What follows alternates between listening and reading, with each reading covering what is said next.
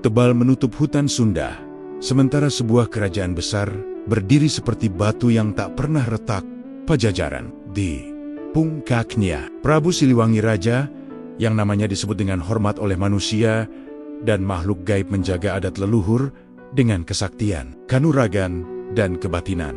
Namun dari jalan lain, datang sosok yang tak membawa senjata, tak memamerkan karamah, hanya doa yang menembus langit. Sunan Kalijaga. Saat harimau putih menjadi isyarat dan cahaya tauhid merayap tanpa paksaan. Dua zaman saling mendekat bukan untuk sekadar adu sakti, tetapi untuk menguji kekuatan mana yang sanggup menundukkan ego dan jalan mana yang paling jujur di hadapan Yang Maha Esa. Sebelumnya, bantu subscribe, like, dan tulis amin di kolom komentar. Semoga rezekinya lancar. Amin. Kabut di tanah Sunda turun seperti tirai lama yang menjaga rahasia. Pajajaran berdiri sebagai kekuatan besar bukan hanya karena dinding batu dan pasukan, tetapi karena keyakinan rakyat bahwa negeri ini dijaga oleh laku batin sang raja. Nama Prabu Siliwangi hidup di lisan orang-orang sebagai penanda aman. Mereka percaya, selama raja itu tegak, adat leluhur tetap utuh, keseimbangan alam tidak terganggu, dan yang gaib pun mengenali batasnya. Di balik keyakinan itu, ada kisah yang tidak selalu diceritakan keras-keras. Sejak muda, Prabu Siliwangi menempuh jalan berat.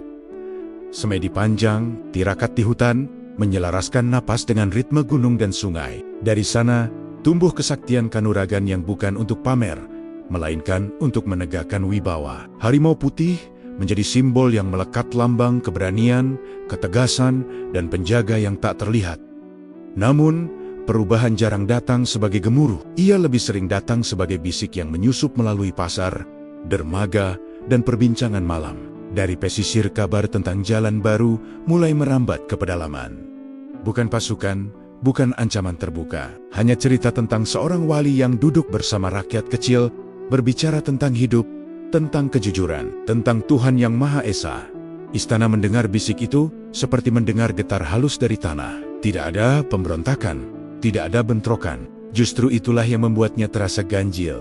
Pengaruh yang tumbuh tanpa perlawanan. Prabu Siliwangi mendengarkan laporan dengan tenang, tetapi batinnya tidak diam. Seorang raja yang menempuh kebatinan tahu, ada suara yang tak terdengar oleh telinga, suara perubahan zaman. Malam itu, di balik dinding istana, sang raja memejamkan mata. Kabut yang sama menyelimuti halaman, dan seolah membawa pesan. Dua arus besar sedang bergerak. Satu arus berasal dari adat yang mengakar, satu lagi dari tauhid yang melangkah pelan. Pertemuan belum terjadi, tetapi rasa akan itu sudah menempel di udara. Pagi di Pajajaran berjalan teratur, seolah waktu pun patuh pada irama kerajaan. Genderang ditabuh pelan, abdi melangkah tertib, dan rakyat memulai hari dengan keyakinan yang sederhana.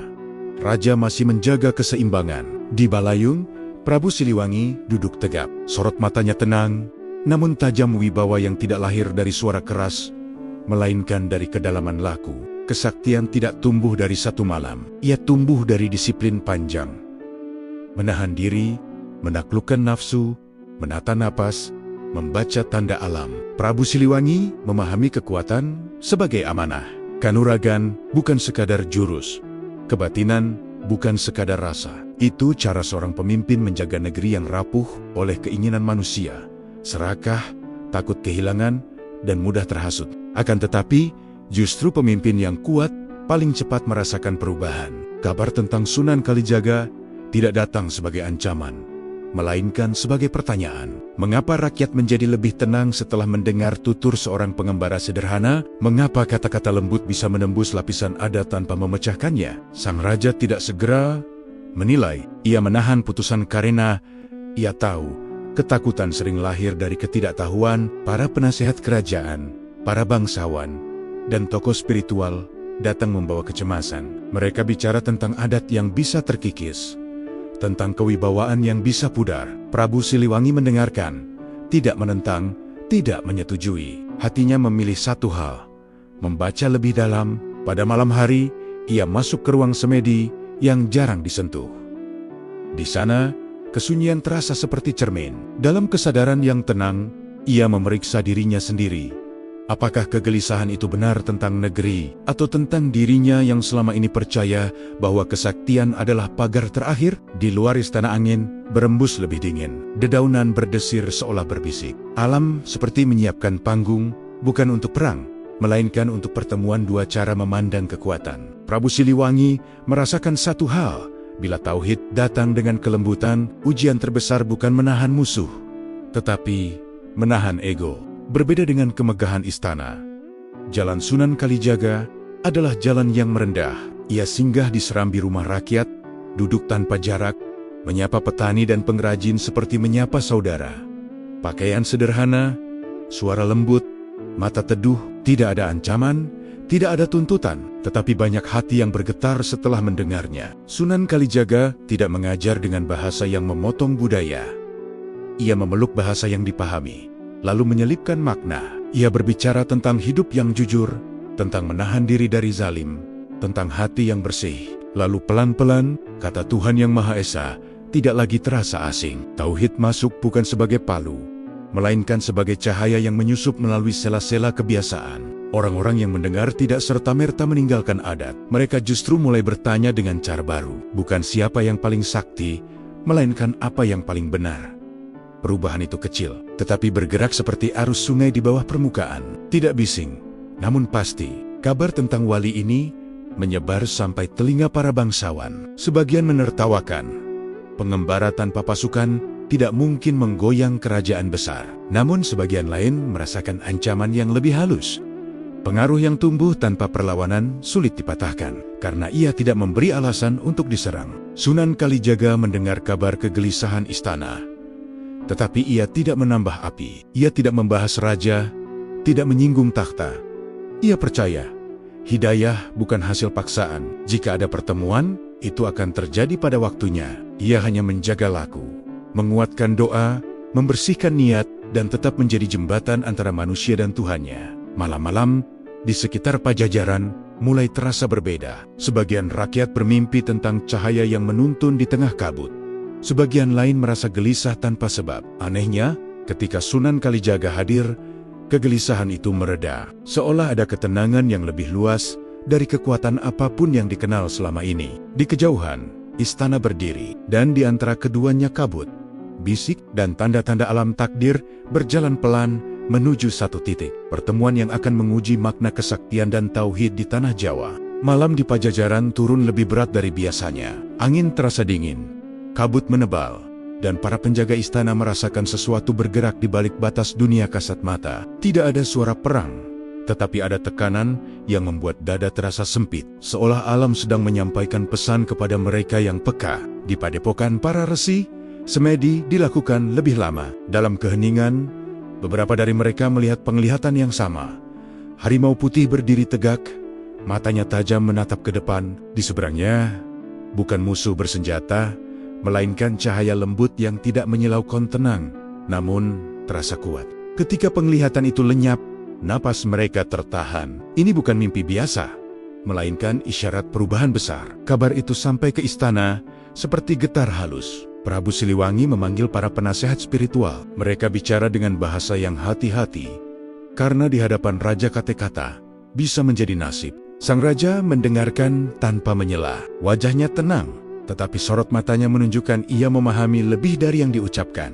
Ia tahu, harimau putih bukan sekadar simbol dongeng. Itu lambang jiwa kepemimpinan yang selama ini menjadi sandaran Pajajaran. Jika harimau putih berhadapan dengan cahaya, berarti bukan pertempuran fisik yang sedang disiapkan, melainkan pertemuan dua sumber kekuatan. Di desa-desa, rakyat juga merasakan perubahan. Ada yang melihat tanda di langit, ada yang bermimpi tentang dua sosok besar berdiri di tengah kabut. Tetapi tidak terjadi kerusuhan. Justru orang-orang mulai lebih sering menunduk dalam doa, lebih sering menahan diri dari pertengkaran kecil. Seolah negeri ini diminta berhenti sejenak, mendengar suara hati. Sunan Kalijaga merasakan gelombang batin itu. Ia tidak menafsirkannya sebagai kemenangan. Ia menafsirkannya sebagai ujian. Dalam doanya, ia memohon agar jika pertemuan dengan sang raja terjadi, itu menjadi jalan kebaikan, bukan pangkal luka. Prabu Siliwangi pun masuk ke ruang semedi. Di sana, ia merasakan sesuatu yang belum pernah hadir sebelumnya. Panggilan untuk menghadapi kekuatan yang tidak lahir dari leluhur, melainkan dari sumber yang lebih tinggi. Dan dari panggilan itu, benang takdir mengencang diam-diam, tetapi pasti. Pagi itu, Balayung terasa lebih sunyi, meski para bangsawan berkumpul lengkap. Wajah-wajah serius, bisik-bisik pelan, dan satu nama terus berputar. Sunan Kalijaga. Sebagian menganggap pengaruhnya sudah melampaui batas, bukan karena ia menyerang, melainkan karena ia membuat rakyat berpikir tanpa rasa takut. Bagi mereka yang terbiasa memegang kendali, perubahan kecil pun terasa seperti retakan. Mereka khawatir adat leluhur yang dijaga susah payah akan terkikis. Pajajaran berdiri bukan hanya oleh aturan, tetapi oleh keyakinan spiritual yang diwariskan turun-temurun. Jika ajaran tauhid menyentuh hati rakyat, apa yang terjadi pada tatanan lama? Kekhawatiran itu tidak diucapkan dengan teriakan, namun jelas dalam sorot mata. Prabu Siliwangi datang dengan langkah tenang. Ia tidak menegur, tidak membentak. Ia mendengar semuanya, yang keras maupun yang lembut. Ia memahami kecemasan mereka, tetapi ia juga memahami sesuatu yang lebih dalam.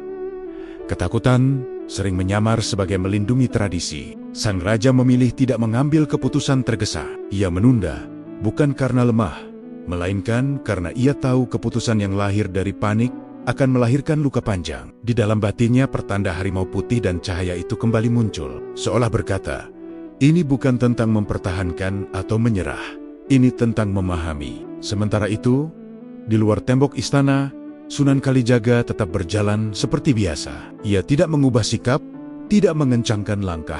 Ia berbicara tentang Tuhan Yang Maha Esa dengan bahasa yang menenangkan. Ia tidak menjelekkan adat, tidak menghina leluhur. Ia hanya menuntun hati untuk mengenal satu pusat yang maha kuasa. Rakyat kecil merasakan perubahan tanpa harus memihak. Sebagian tetap setia pada adat lama, sebagian tertarik pada tauhid, tetapi banyak yang belajar hidup berdampingan. Mereka mulai paham bahwa perbedaan tidak selalu harus menjadi api. Malam tiba. Prabu Siliwangi kembali menyendiri, bertanya pada dirinya, apakah ia sedang melindungi negeri atau melindungi keyakinannya sendiri dari cahaya yang baru? Pertanyaan itu tidak menjawab apa-apa malam itu, tetapi ia membuka pintu. Pertemuan langsung tidak bisa ditunda lebih lama. Para tokoh spiritual Pajajaran memilih cara halus untuk memastikan satu hal, siapa sebenarnya Sunan Kalijaga dan seberapa dalam jalan yang ia bawa.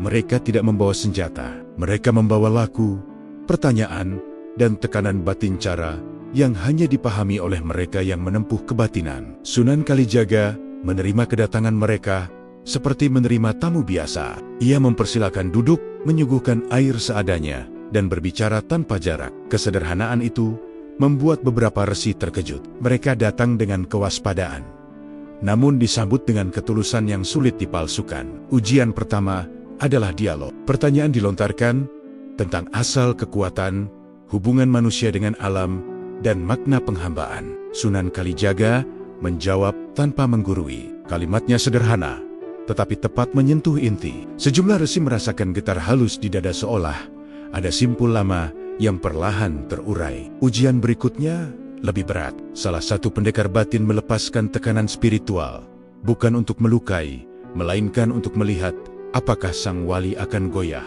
Ruang terasa menekan, udara seolah memadat. Tetapi Sunan Kalijaga tetap duduk tenang, napasnya teratur, bibirnya bergerak pelan, zikir mengalir seperti air. Tekanan itu tidak dipantulkan, tidak ditantang, melainkan larut melebur dalam ketenangan yang lebih luas. Para resi saling berpandangan. Mereka terbiasa melihat kesaktian sebagai benteng keras atau ledakan daya. Yang mereka saksikan kali ini berbeda. Keteguhan tanpa agresi. Kekuatan yang tidak memukul, tetapi menenangkan. Ketika mereka kembali, laporan kepada istana bukan berisi celaan, melainkan kekaguman yang tertahan. Mereka tidak berkata lebih sakti, tetapi mereka mengakui jalan itu dalam. Prabu Siliwangi mendengar dengan wajah tenang, namun hatinya menjadi berat. Jika para resi saja tidak mampu menggoyahkan keteguhan wali itu, pertemuan mereka kelak bukan urusan ringan. Di sisi lain, Sunan Kalijaga menutup pertemuan dengan doa. Ia tidak merasa menang. Ia tahu, ujian sesungguhnya bukan di hadapan para resi, melainkan di hadapan seorang raja yang memikul beban zaman. Setelah ujian tanpa pedang, Pajajaran terasa seperti menahan napas lebih lama. Tidak ada pengumuman, tidak ada larangan. Namun kabar itu bergerak seperti angin. Para resi pulang dengan mata yang berbeda. Mereka yang biasanya yakin pada kanuragan, kini membawa satu pengakuan sunyi ketenangan bisa lebih kuat daripada tekanan. Di istana, Prabu Siliwangi menjadi lebih banyak diam. Para bangsawan menunggu titah tegas. Tetapi yang muncul justru pertanyaan-pertanyaan dari sang raja tentang makna kepemimpinan, tentang tanggung jawab terhadap rakyat, tentang tujuan kekuasaan. Kata-kata itu membuat banyak orang terdiam, karena mereka menyadari sang raja sedang bergulat dengan sesuatu yang melampaui strategi. Prabu Siliwangi menempuh semedi lebih sering. Dalam sunyi, ia memeriksa jalan hidupnya sendiri. Ia teringat masa muda, ketika laku batin membuatnya kuat, ketika adat leluhur menjadi pelindung yang jelas. Kini, hadir jalan tauhid yang tidak memecah, tetapi menembus. Dan yang paling mengguncang, jalan itu tidak memaksanya, justru membuatnya melihat dirinya sendiri. Sunan Kalijaga merasakan gelombang yang sama. Ia memahami langkahnya sudah mendekati pusat kekuasaan. Tetapi ia tidak mempercepat. Ia percaya, jika pertemuan harus terjadi, ia akan terjadi tanpa paksaan manusia. Ia menjaga niat tetap bersih, menyampaikan, bukan menundukkan. Rakyat kecil merasakan dampak penantian ini. Sebagian cemas, membayangkan perang, sebagian lain justru merasakan ketenangan aneh seolah negeri diminta belajar menahan diri. Tidak ada kerusuhan, tidak ada perpecahan besar, yang ada hanyalah penantian yang menebal. Seperti kabut yang tak segera terangkat. Para resi pun merasakan dua arus besar bergerak. Adat yang mengakar dan tauhid yang menuntun. Keduanya tidak memukul, tetapi saling menekan ruang batin negeri. Prabu Siliwangi menyadari satu hal. Menunda lebih lama hanya akan membuat kegelisahan membesar. Pertemuan langsung menjadi jalan untuk memahami, bukan untuk membuktikan siapa paling kuat. Dan tanpa surat, tanpa utusan, seolah ada janji yang terucap dalam batin.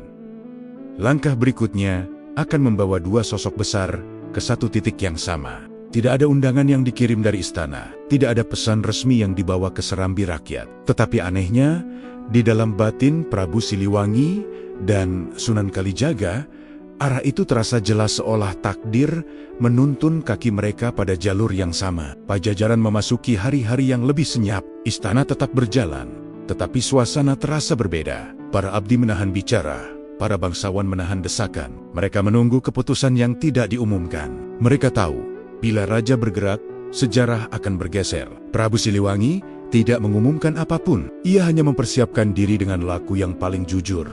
Menata napas, membersihkan niat, mengosongkan pikiran dari rasa ingin menang. Ia mulai menyadari bahwa pertemuan ini bukan arena untuk pamer kesaktian, melainkan cermin untuk menguji isi hati. Sunan Kalijaga pun bersiap dengan caranya. Doa dan kesederhanaan. Ia tidak membawa pengikut, tidak mengatur strategi. Ia percaya, jika kebenaran harus berbicara, ia akan berbicara lewat ketenangan. Ia memohon agar pertemuan itu tidak menjadi awal perpecahan, tetapi pintu bagi kebijaksanaan. Rakyat merasakan gelombang yang tak bisa dijelaskan. Ada yang bermimpi tentang dua sosok berdiri berhadapan di kabut. Ada yang tiba-tiba terdorong untuk lebih dekat kepada Tuhan. Ada yang merasakan ketenangan seolah beban lama dilepas. Semua terjadi tanpa komando seakan digerakkan oleh sesuatu yang lebih tinggi. Para resi membaca tanda ini sebagai puncak penantian. Mereka tidak menyiapkan senjata, mereka menyiapkan hati sebagai saksi. Karena yang akan bertemu bukan sekadar dua tokoh besar, melainkan dua jalan hidup. Jalan leluhur yang dijaga dengan kanuragan, dan jalan tauhid yang mengajak tunduk pada Yang Maha Esa. Kabut pagi mulai sering turun lebih rendah, angin terasa lebih dingin. Alam seperti menahan napas, dan pada satu pagi, tanpa kemegahan, tanpa sorak, dua sosok besar akhirnya berada dalam ruang yang sama, membawa wibawa, membawa doa, membawa beban zaman yang tak ringan. Kabut pagi menggantung rendah saat Prabu Siliwangi dan Sunan Kalijaga berdiri berhadapan. Tidak ada iring-iringan kebesaran, tidak ada sorak-sorai. Pertemuan itu justru terasa berat karena kesederhanaannya. Di kejauhan, para resi dan tokoh spiritual menyaksikan dengan napas tertahan. Mereka merasakan udara berubah, seolah dua arus besar sedang saling mengenali. Prabu Siliwangi hadir dengan wibawa raja. Langkahnya mantap, sorot matanya tajam, namun terukur. Sunan Kalijaga berdiri sederhana. Wajahnya teduh, tubuhnya tenang seperti orang yang tidak mengejar apa-apa. Dalam diam pertama, Prabu Siliwangi merasakan sesuatu yang belum pernah ia temui. Ketenangan yang bukan hasil penguasaan, melainkan Hasil kepasrahan, sang raja membuka percakapan dengan suara rendah. Ia tidak bertanya tentang karamah, tidak menantang kanuragan. Ia bertanya tentang tujuan. Mengapa Sunan Kalijaga berjalan menyusuri Pajajaran? Apa yang sebenarnya dibawa? Sunan Kalijaga menjawab jujur. Ia membawa ajaran tentang Tuhan Yang Maha Esa, mengajak manusia kembali pada penghambaan dan kejujuran hati. Prabu Siliwangi tidak serta-merta puas. Ia bertanya tentang adat dan keseimbangan. Baginya, raja adalah penjaga tatanan. Apakah jalan tauhid tidak akan mengguncang yang sudah lama dijaga? Sunan Kalijaga tidak membantah. Ia mengatakan perubahan adalah bagian dari kehendak Tuhan, dan manusia diuji bukan untuk memaksa, melainkan untuk memilih dengan sadar. Dialog itu menjadi adu batin. Pertanyaan-pertanyaan Prabu Siliwangi tajam, namun tidak bernada hina. Jawaban Sunan Kalijaga lembut, namun tidak goyah. Kata-kata mereka tidak saling menampar, tetapi saling mengarah ke satu titik. Makna kekuatan. Di satu momen, Prabu Siliwangi menyadari sesuatu yang mengganggu sekaligus membuka setiap pertanyaannya seperti kembali kepadanya sendiri. Bukan ditolak, bukan dilawan, melainkan dipantulkan sebagai renungan. Ia merasakan guncangan halus, bukan pada kesaktiannya, melainkan pada keyakinannya. Sunan Kalijaga menahan diri untuk tidak menang lewat kata. Ia hanya menyampaikan, sambil berdoa, agar pertemuan ini menjadi jalan kebaikan. Ketika mereka berpisah, tidak ada keputusan diumumkan. Namun semua saksi tahu, sesuatu telah berubah. Dan setelah pengenalan itu, ujian yang lebih berat tidak lagi bisa dihindari. Setelah tatap muka, Pajajaran terasa seperti menunggu detak berikutnya. Tidak ada pengumuman istana, tetapi arus energi terasa bergerak. Para resi merasakan dua gelombang besar saling mendekat. Kekuatan leluhur yang mengakar dan tauhid yang menuntun tanpa memaksa. Ketegangan itu tidak tampak di luar, namun hidup di dalam batin negeri. Prabu Siliwangi kembali ke istana.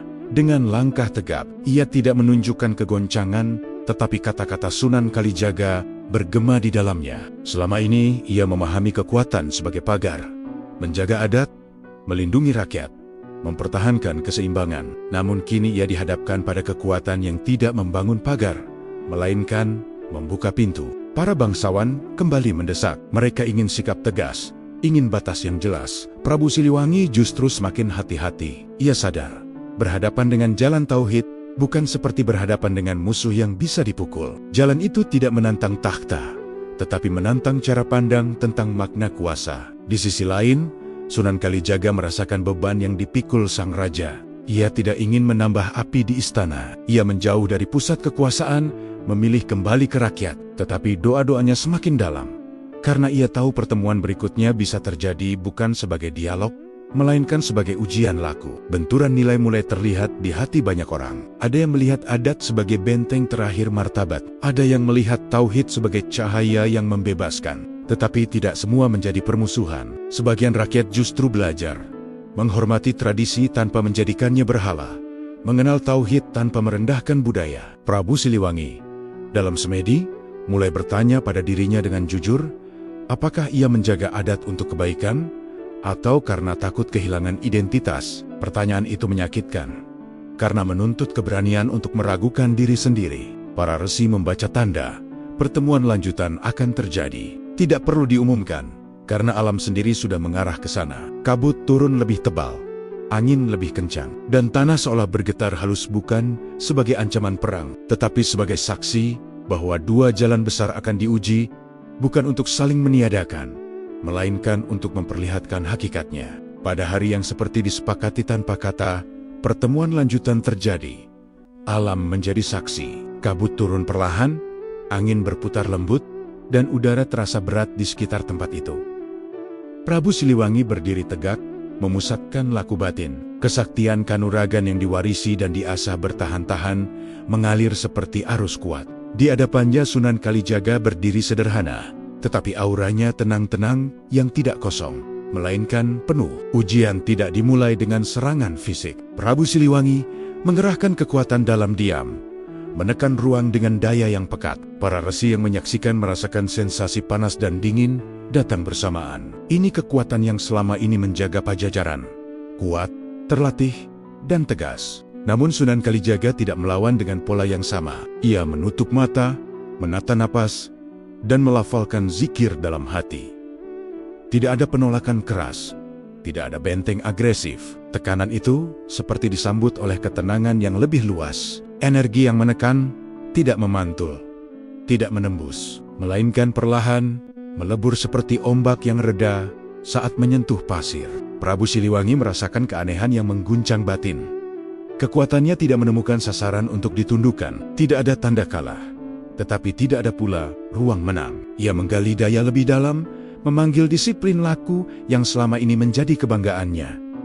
Udara makin berat, kabut seperti menebal. Sunan Kalijaga tetap tenang. Ketenangannya bukan sikap bertahan, melainkan kepasrahan penuh pada kehendak Allah. Dalam momen itu, Prabu Siliwangi mulai memahami.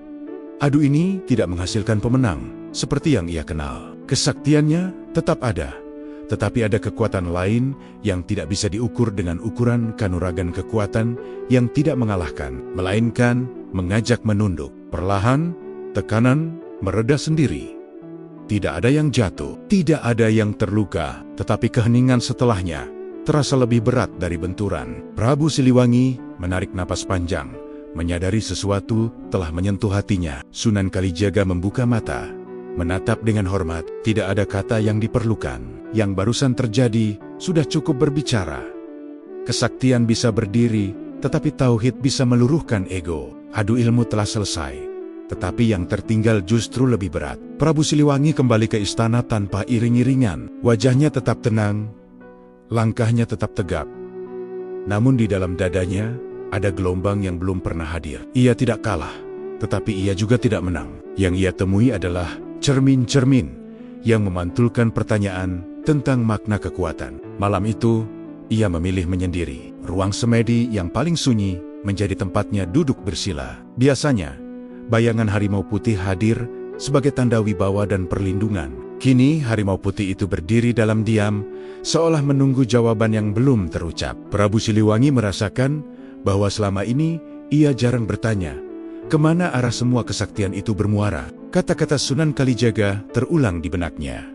Penghambaan, ketundukan pada Tuhan Yang Maha Esa, perubahan sebagai ujian, bukan ancaman. Sang Raja bertanya pada dirinya, dari mana datangnya kekuatan yang tidak menekan, tetapi meluruhkan? Mengapa ketenangan itu justru membuatnya merasa kecil, bukan terhina, melainkan jujur? Pergolakan batin itu tidak nyaman. Seorang raja terbiasa memegang kendali, tetapi kali ini yang harus dikendalikan adalah dirinya sendiri. Rasa ingin benar, rasa ingin diakui, rasa takut kehilangan. Ia mulai menyadari bahwa kesaktian sejati bukan hanya kemampuan menaklukkan musuh, tetapi keberanian untuk meragukan diri sendiri dan tetap berdiri tanpa marah. Sunan Kalijaga, di sisi lain, memilih menjauh. Ia tidak ingin kehadirannya menjadi tekanan tambahan. Ia berdoa agar Prabu Siliwangi diberi kejernihan. Ia tahu, keputusan yang lahir dari paksaan akan retak di tengah jalan. Tauhid tidak tumbuh dari ketakutan, melainkan dari kesadaran. Hari-hari berikutnya di Pajajaran terasa sunyi. Para bangsawan merasakan perubahan sikap sang raja. Lebih jarang bicara strategi, lebih sering bicara makna. Pertanyaan-pertanyaan tentang tujuan kekuasaan membuat mereka terpaku, karena mereka melihat sesuatu yang jarang. Raja besar sedang bertarung melawan dirinya sendiri. Getar yang tersisa dari pertemuan itu bukan berada di tanah atau udara. Getar itu hidup di hati. Dan dari getar itulah keputusan besar mulai mengambil bentuk perlahan, diam, tetapi tak bisa dihentikan. Keheningan Pajajaran menjadi lebih pekat. Tidak ada genderang perang, tidak ada perintah keras. Namun seluruh negeri merasakan bahwa sang raja sedang menimbang sesuatu yang lebih berat daripada peperangan. Prabu Siliwangi tidak memanggil Sunan Kalijaga kembali, tidak pula mengeluarkan larangan. Ia memilih satu jalan, masuk ke kedalaman dirinya sendiri. Ruang semedi yang paling sunyi menjadi tempat ia menata napas. Ia mengingat perjalanan hidupnya dari kesatria muda hingga raja besar. Ia mengingat pengorbanan para leluhur, laku batin yang memeras diri, dan janji untuk menjaga adat. Semua kenangan itu hadir bersamaan dengan satu pertanyaan yang kini sulit dihindari. Untuk apa kekuatan jika tidak membawa manusia lebih dekat kepada kebenaran? Harimau putih muncul dalam kesadaran, tetapi kali ini tidak seperti lambang kemenangan. Ia hadir sebagai pertanyaan yang menatap tanpa berkedip. Prabu Siliwangi merasakan bahwa selama ini ia menjaga keseimbangan dengan kekuatan. Namun kini ia diminta memahami keseimbangan dengan kebijaksanaan. Pergolakan itu membuatnya sulit menemukan tenang yang biasa ia miliki. Tenang yang dulu lahir dari kepastian, kini berubah menjadi tenang yang harus dilahirkan dari kejujuran. Ia mulai melihat bahwa perubahan zaman tidak bisa dipenjara oleh adat, tetapi juga tidak harus menghancurkan adat. Yang diuji bukan adatnya, melainkan egonya. Di luar istana rakyat, menjalani hidup dengan penantian. Sebagian cemas, sebagian pasrah, namun tidak terjadi perpecahan besar. Seolah negeri ini diajari menahan diri. Para resi memahami, inilah titik balik yang tidak membutuhkan adu kesaktian. Yang dibutuhkan adalah keberanian untuk menerima kenyataan. Zaman sedang berubah. Sunan Kalijaga terus berdoa dari kejauhan. Ia tidak mengatur hasil. Ia hanya memohon agar pilihan sang raja lahir dari kesadaran, bukan dari gengsi. Ia tahu, seorang pemimpin yang jujur pada dirinya sendiri jauh lebih kuat daripada pemimpin yang keras, tetapi takut. Dalam nyala api kecil di hadapan Prabu Siliwangi, masa lalu dan masa depan seakan bertemu. Ia menyadari pertarungan sejati telah berlangsung sejak ia berhenti ingin menang. Dan di sanalah ruang suci semedi menjadi tempat lahirnya keputusan yang pelen-pelen akan mengubah arah Pajajaran. Pajajaran memasuki masa paling sunyi sejak Prabu Siliwangi naik tahta. Keheningan itu bukan tanda kelemahan, melainkan tanda kedewasaan. Sang raja memahami bahwa tidak semua ujian diselesaikan dengan kekuatan. Ada ujian yang menuntut manusia menahan diri, menahan amarah, menahan gengsi, menahan hasrat untuk mengendalikan segalanya. Para bangsawan menunggu, tetapi titah tegas tidak datang. Prabu Siliwangi memilih diam yang tajam, diam yang membuat semua orang bercermin. Apakah mereka ingin melindungi adat atau melindungi kedudukan? Apakah mereka takut pada ajaran baru atau takut kehilangan kuasa atas cara rakyat berpikir? Sunan Kalijaga pun memilih diam. Ia tidak berdakwah di sekitar istana, tidak mengirim pesan. Ia memahami waktu ini adalah ruang bagi batin sang raja untuk bekerja. Dakwah yang terburu-buru hanya akan melahirkan luka. Tauhid tidak dipakai untuk menekan, melainkan untuk membebaskan hati. Rakyat merasakan dampak diam itu dengan cara sederhana. Sebagian merasa cemas, takut terjadi benturan. Sebagian justru merasakan ketentraman yang aneh, seolah negeri diajak berhenti dari keramaian, lalu mendengar suara hati. Tidak ada kerusuhan, yang ada adalah penantian. Para resi membaca satu makna, pertarungan terbesar tidak terjadi di lapangan, tetapi di dalam diri. Prabu Siliwangi mulai memahami bahwa kesaktian yang paling sulit adalah menundukkan ego. Ia bisa menekan ruang dengan laku batin, tetapi menekan ego sendiri jauh lebih berat. Pada suatu malam, sang raja memandang api kecil di hadapannya. Dalam nyala itu, ia melihat bayangan dirinya raja yang kuat, tetapi juga manusia yang terbatas. Ia menyadari kebenaran tidak bisa ditundukkan. Kebenaran hanya bisa dipahami, lalu dihormati. Keesokan harinya tidak ada pengumuman besar, namun sikap sang raja berubah. Ia tidak lagi memandang tauhid sebagai ancaman. Ia memilih tidak menghalangi, tetapi juga tidak memaksakan dirinya meninggalkan jalan leluhur. Ia berdiri di tengah dengan kejujuran dan keputusan itu lebih kuat daripada perintah apapun. Keheningan itu menjadi pesan yang mengalir ke seluruh negeri. Perbedaan tidak harus dibayar dengan darah. Jika hati jernih, adat bisa dihormati tanpa menjadi penjara. Dan tauhid bisa tumbuh tanpa merusak. Waktu berjalan pelan di Pajajaran, seolah memberi ruang bagi sejarah menuliskan akhirnya sendiri. Tidak ada perubahan yang dipaksakan, namun semua orang merasakan sesuatu telah bergeser. Keheningan yang dipilih Prabu Siliwangi bukan tanda kebingungan, melainkan tanda seorang pemimpin yang memahami batas kuasa manusia. Sang raja menerima satu kebenaran.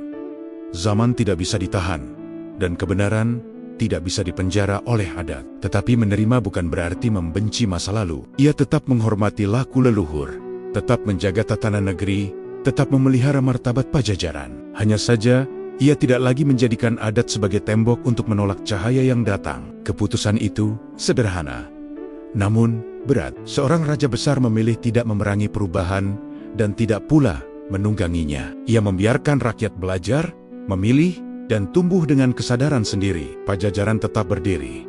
Tradisi tidak dihina, tetapi ajaran tauhid pun tidak disambut dengan kekerasan. Di sisi lain, Sunan Kalijaga menerima sikap itu dengan lapang. Ia tidak datang untuk meruntuhkan kerajaan, apalagi menjatuhkan seorang raja besar.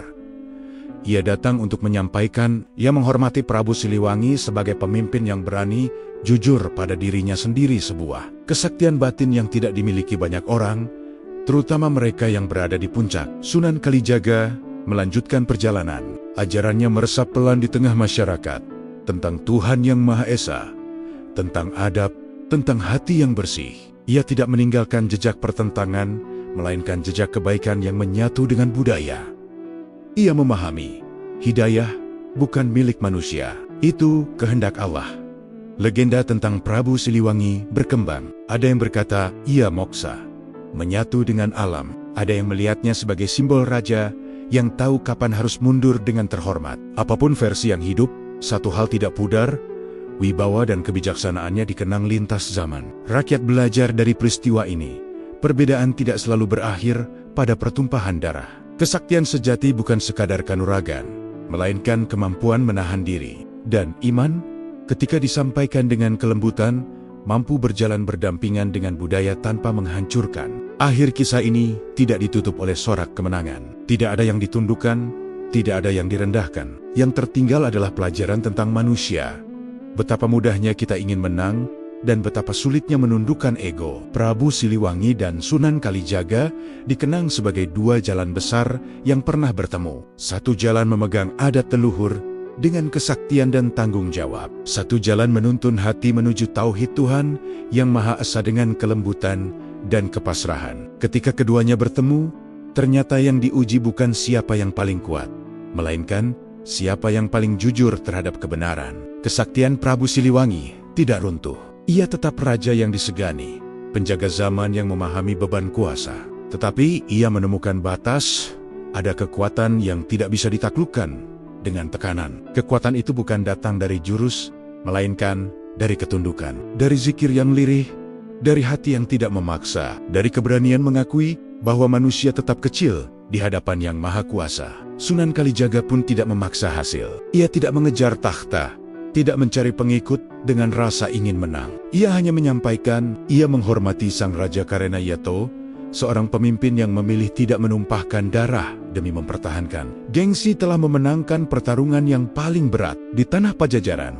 Keseimbangan baru lahir, adat tetap dihormati sebagai warisan, tauhid tumbuh sebagai cahaya. Masyarakat belajar bahwa perbedaan bisa dijembatani oleh kebijaksanaan. Yang keras melahirkan luka, yang lembut bisa meresap tanpa menghancurkan. Dan dari kisah ini, adu sakti terbesar bukan benturan tenaga, melainkan keberanian untuk memilih jalan hidup dengan sadar.